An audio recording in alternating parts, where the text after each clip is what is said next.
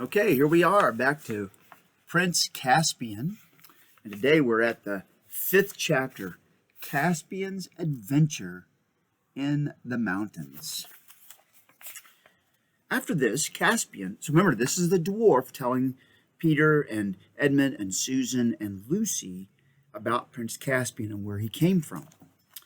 After this, Caspian and his tutors had many more secret conversations on the top of the great tower, and at each conversation, Caspian learned more about old Narnia, so that thinking and dreaming about the old days and longing that they might come back filled nearly all his spare hours.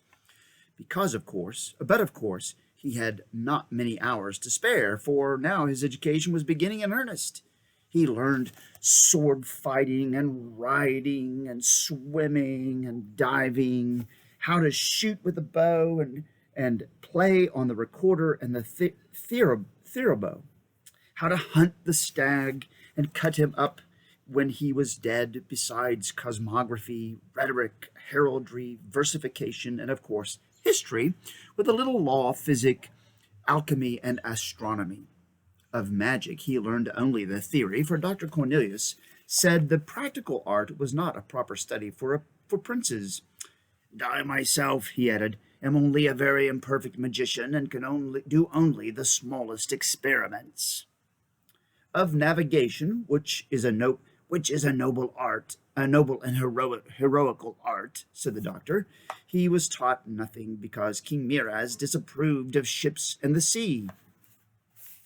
He also learned a great deal by using his own eyes and ears. Good job. As a little boy, he had often wondered why he disliked his aunt, Queen Prismia, but now he saw that it was because she disliked him. He also began to see that Narnia was an unhappy country.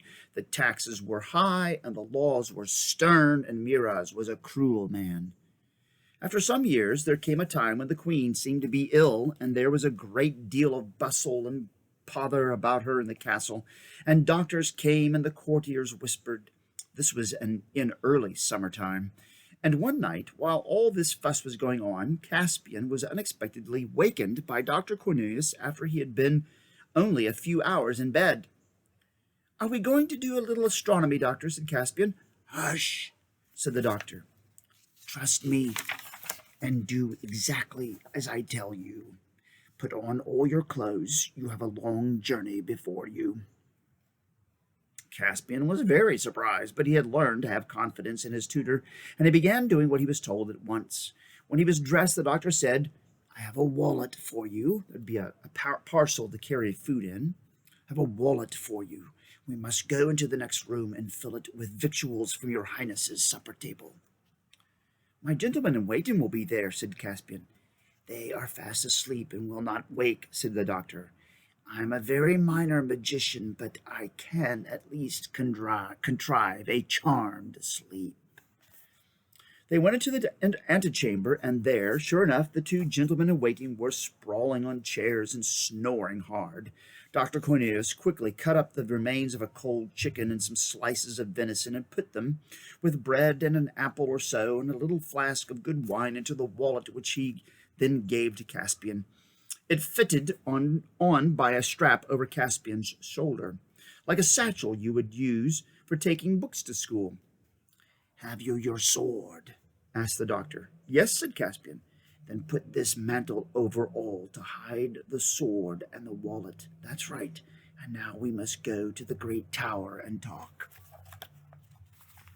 When they had reached the top of the tower, it was a cloudy night, and not all like the night when they had been seeing the conjunction of Tarva and Alambil. Dr. Cornelius said, "Dear Prince, you must leave this castle at once and go to seek your fortune in the wide world. Your life is in danger here." "Why?" asked Caspian. "Because you are the true king of Narnia, Caspian the 10th, the true son and heir of Caspian the 9th. Long life to your majesty." And suddenly, to Caspian's great surprise, the little man dropped down on one knee and kissed his hand. "What does it all mean? I don't understand," said Caspian. "I wonder you have never asked me before," said the doctor.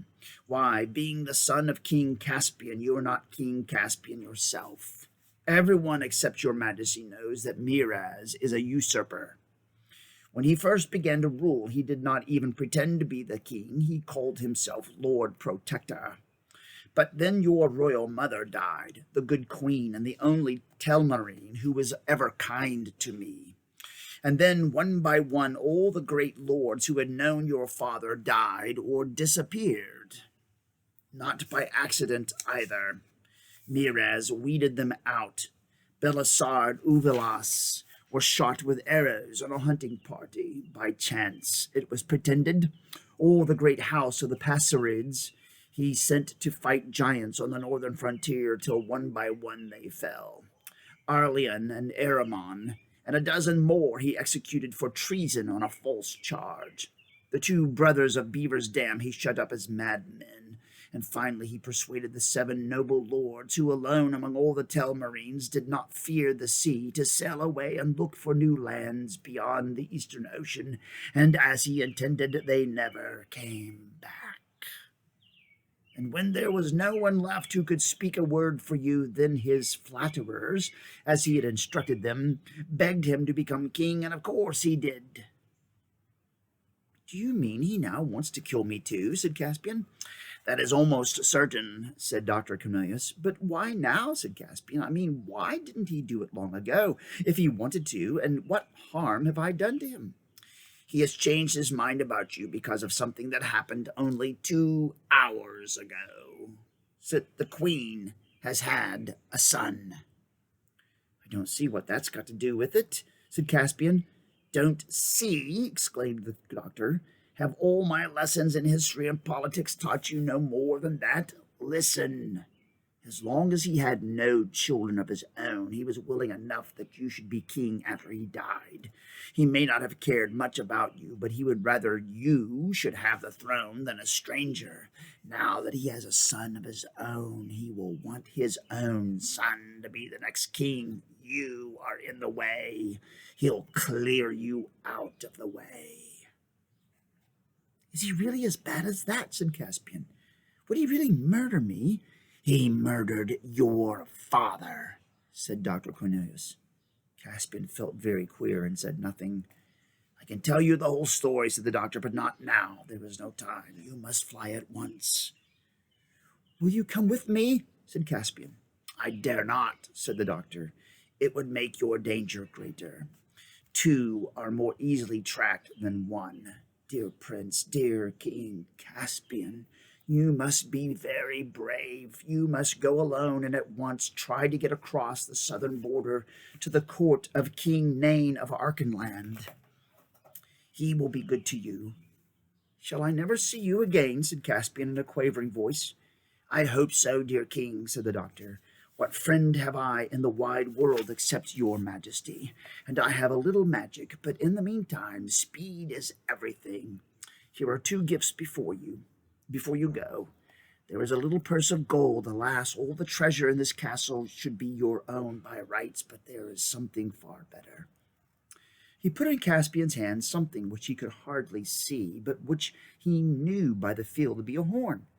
That, said Dr. Cornelius, is the greatest and most sacred treasure of Narnia. Many terrors I endured, many spells that I uttered to find it when I was still young. It is the magic horn of Queen Susan herself, which she left behind her when she vanished from Narnia at the end of the Golden Age. It is said that whoever blows it shall have strange help. No one can say how strange. It may have power to call Queen Lucy and King Edmund and Queen Susan and High King Peter back from the past, and they will set all to rights. It may be that it will call up Aslan himself. Take it, King Caspian, but do not use it except at your greatest need. And now, haste, haste, haste! The little door at the very bottom of the tower, the door into the garden, is unlocked. There we must part. Can't I get my horse Destrier, said Caspian. He is already saddled and waiting for you just at the corner of the orchard. During the long climb down the winding staircase, Cornelius whispered many more words of direction and advice. Caspian's heart was sinking, but he tried to take it all in. Then came the fresh air in the garden, a fervent hand clasp with the doctor, a run across the lawn, a welcoming whinny from Destrier, and so King Caspian X left the castle of his fathers. Looking back, he saw fireworks going up to celebrate the birth of the new prince. All night he rode southward, choosing byways and bridle paths through woods as long as he was in country that he knew. But afterwards he kept to the high road. Destrier was so excited as his master at this unusual journey, and Caspian, though tears had come into his eyes at saying goodbye to Dr. Cornelius, felt brave and in a way happy to think that he was King Caspian riding to seek adventures, with his sword on his left hip and Queen Susan's magic horn on his right. But when day came, with a sprinkle of rain, and he looked about him and saw on every side unknown woods, wild heaths, and blue mountains, he thought how large and strange the world was, and felt frightened and small. As soon as it was full daylight, he left the road and found an open grassy place amid a wood where he could rest. He took off Destrier's saddle and let him graze, ate some cold chicken, and drank a little wine, and presently fell asleep. It was late afternoon when he awoke. He ate a morsel and continued his journey till still southward by many unfrequented lanes. He was now in a land of hills going up and down, but always more up than down. From every ridge he could see the mountains growing bigger and blacker ahead. As the evening closed in, he was riding their lower slopes. The wind rose, soon rain fell in torrents. Destrier became uneasy. There was thunder in the air, and now they entered a dark and seemingly endless pine forest, and all the stories Caspian had ever heard of trees being unfriendly to men crowded into his mind. He remembered that he was, after all, a Telmarine, one of a race who cut down trees wherever they could, and were at war with all wild things, and though he himself might be unlike other Telmarines, the trees could not be expected to know this. Nor did they. The wind became a tempest. The woods roared and creaked all around him. There came a crash. A tree fell right across the road, just behind him. "Quiet, Destrier, quiet," said Caspian, patting his horse's neck, but he was trembling himself and knew he had escaped death by an inch. Lightning flashed, and a great crack of thunder seemed to break the sky in two just overhead. Destrier bolted in good earnest. Caspian was a good rider, but he had not the strength to hold him back. He kept his seat, but he knew that his life hung by a thread during the wild career that followed. Tree after tree rose up before them in the dusk and was only just avoided, then almost too suddenly to hurt, and yet it did hurt him too. Something struck Caspian in the forehead, and he knew no more. When he came to himself, he was lying in a firelit place with bruised limbs and a bad headache. Low voices were speaking close at hand. "And now," said one, "before it wakes up, we must decide what to do with it." "Kill it," said another. "We can't let it live. It would betray us." "We ought to have killed it at once, or else let it alone," said a third voice. "We can't kill it now. Not after we've taken it in and bandaged its head and all. It would be murdering a ghost." Gentlemen, said Caspian in a feeble voice, "whatever you do to me, I hope you will be kind to my poor horse." "Your horse has taken flight long before we found you," said the first voice, a curiously husky, earthy voice, as Caspian now noticed. Now don't talk it to it. Now don't let it talk you round with its pretty words," said the second voice. I'll still say." "Horns and halabuts," exclaimed the third voice. "Of course we're not going to murder it. For shame, Nick-a-brick. What do you say, Truffle Hunter? What shall we do with it?" "I shall give it a drink," said the first voice, presumably Truffle Hunters. Get these names all messed up. A dark shape approached the bed. Caspian felt an arm slipped gently under his shoulder. If it was exactly an arm, the shape somehow seemed wrong. The face that bent forward towards him seemed wrong too. He got the impression that it was very hairy and very long, with a very long nose, a very long nose, and there was an odd white patches on each side of it. It's a mask of some sort, thought Caspian. Or perhaps I'm in a fever and imagining it all. A cup full of something sweet and hot was set to his lips, and he drank it. And he drank. At that moment, one of the others poked the fire. A blaze sprang up, and Caspian almost screamed with a shock as the sudden light revealed the face that was looking into his own. It was not a man's face, but a badger's, though larger and friendlier and more intelligent than the face of any badger he had ever seen before. And it was had certainly been talking. He saw, too, that he was on a bed of heather in a cave. By the fire sat two little bearded men, as much wilder and shorter and hairier and thicker than Dr. Cornelius, that he knew them at once for real dwarfs, ancient dwarfs with not a drop of human blood in their veins, and Caspian knew that he had found the old Narnians at last. Then his head began to swim again. In the next few days he learned to know them by names. The badger was called Truffle Hunter. He was the oldest and kindest of the three. The dwarf who had wanted to kill Caspian was a sour black dwarf. That is, his hair and beard were black and thick and hard like horsehair. His name was Nickabrick. The other dwarf was a red dwarf with hair rather like a fox's, like my hair, and he was called Trumpkin.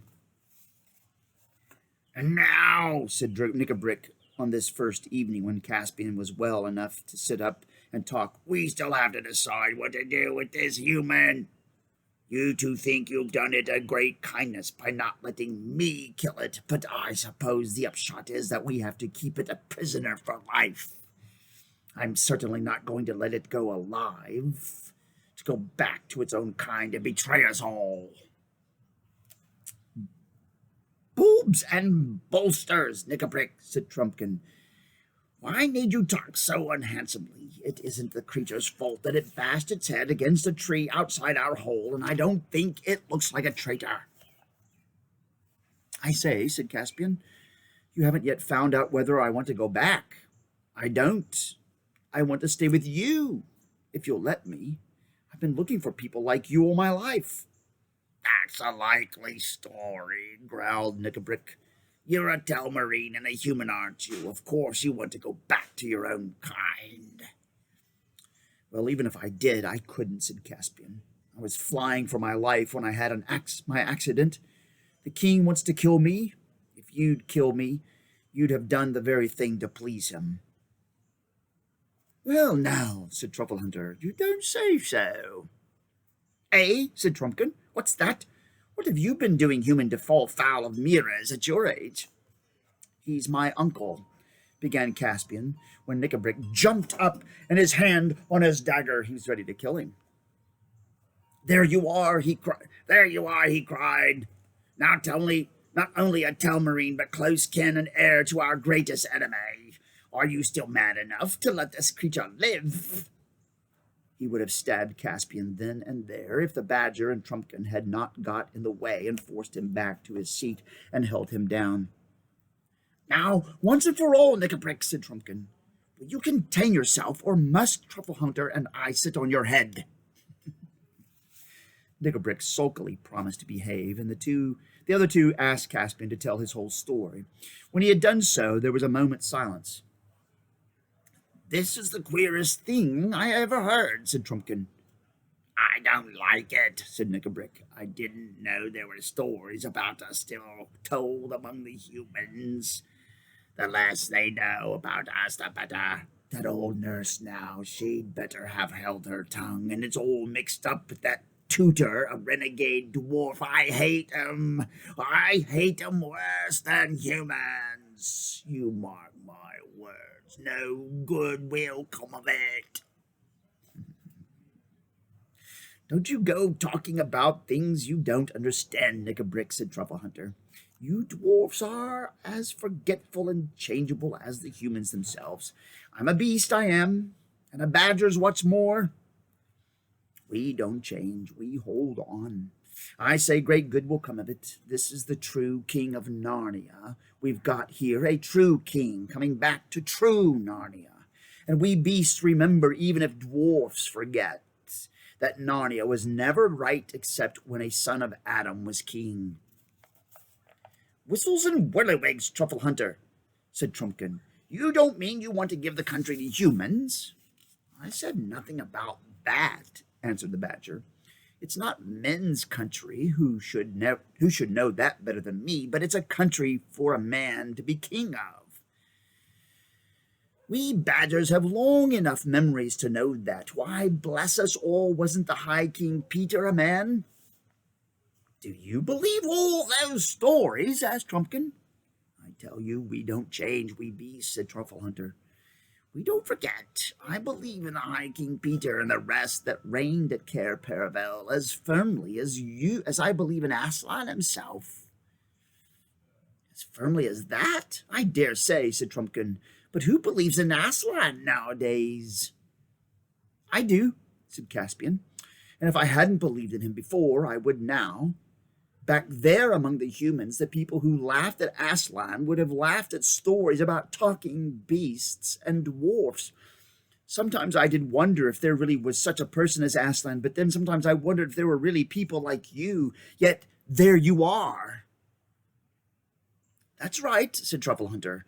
You're right, King Caspian, and as long as you will be true to old Narnia, you shall be my king, whatever they say. Long life to your majesty. You make me sick, Badger, growled Knickerbrick. The High King Peter and the rest may have been men, but they were a different sort of men. This is one of the cursed Telmarines. He has hunted beasts for sport, haven't you now? He added, rounding suddenly on Caspian. Well, to tell you the truth, I have, said Caspian. But they weren't talking beasts. It's all the same thing, said Knickerbrick. No, said Truffle Hunter. You know it isn't. You know very well that the beasts in Narnia nowadays are different and are no more than the poor, dumb, witless creatures you'd find in Calormen or Telmar. They're smaller, too. They're far more different from us than the half-dwarfs are from you. There was a great deal more talk, but it all ended with the agreement that Caspian should stay, and even the promise that, as soon as he was able to go out, he should be taken to see what Trumpkin called the others. For apparently in these wild parts all sorts of creatures from the old days of Narnia still lived on in hiding. And there we have it. Tomorrow we read about the people that lived in hiding. I'll see you then. Bye.